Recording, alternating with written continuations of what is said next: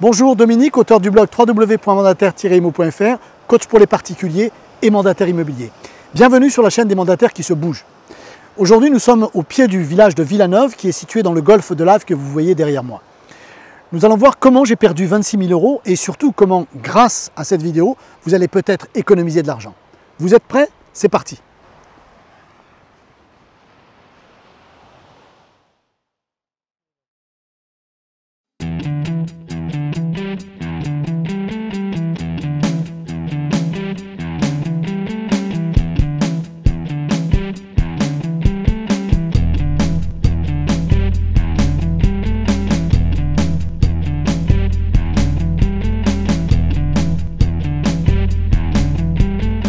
Alors qu'est-ce qui peut arriver pour que nous perdions de l'argent?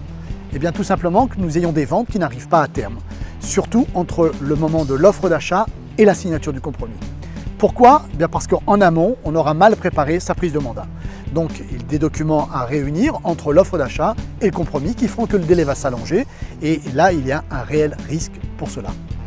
Ce qui est très important de comprendre, c'est que plus vous allez partir positif lorsque vous allez prendre votre mandat, vous croyez que vous allez à une offre d'achat, donc vous devez tout verrouiller en amont de façon à, dès l'instant où l'offre d'achat est faite par vos acquéreurs, vous puissiez signer un compromis dans les 8 jours maximum qui suivent cette offre d'achat. Ce qu'il faut bien comprendre, c'est que votre acquéreur, vos acquéreurs vont passer par 3 phases délicates. La première phase, c'est la décision de vous faire une offre d'achat. Est-ce que l'appartement me convient ou la maison me convient? Donc ça, c'est la première étape qui n'est pas la plus difficile pour eux. La plus difficile, ça va être dès l'instant où ils vous auront fait l'offre d'achat, entre l'offre d'achat et le compromis. Pourquoi? Parce que c'est soumis à toutes les questions. Est-ce que j'ai fait le bon choix?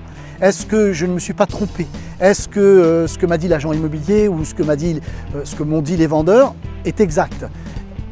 Est-ce que les collègues à qui j'ai parlé de ma future acquisition me disent que j'ai peut-être fait un mauvais choix, le quartier, la situation, peu importe. Donc c'est vraiment une phase très délicate. Ils ont fait l'offre d'achat et ils sont en attente du compromis. Et c'est à nous, agents immobiliers, de raccourcir au maximum ce délai.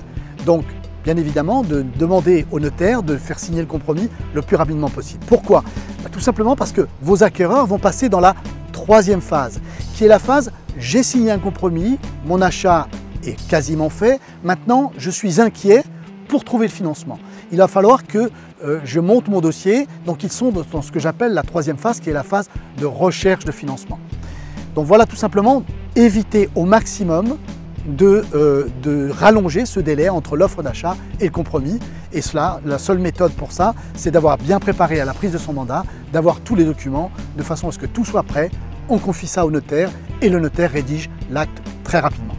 Alors pourquoi ce titre de vidéo « J'ai perdu 26 000 € pour vous » Eh bien tout simplement parce que j'aimerais vous éviter de faire les mêmes erreurs que moi. Effectivement, j'ai perdu 26 000 € sur 3 ventes parce que au départ, comme beaucoup d'entre nous lorsqu'on débute, eh bien j'ai pris des mandats et puis je n'ai pas fait attention à tous les documents. Donc entre l'offre d'achat et la signature du compromis, s'est déroulé un nombre de jours trop important, ce qui a fait que mes acquéreurs ont réfléchi, se sont certainement laissés influencer par des tiers et se sont rétractés.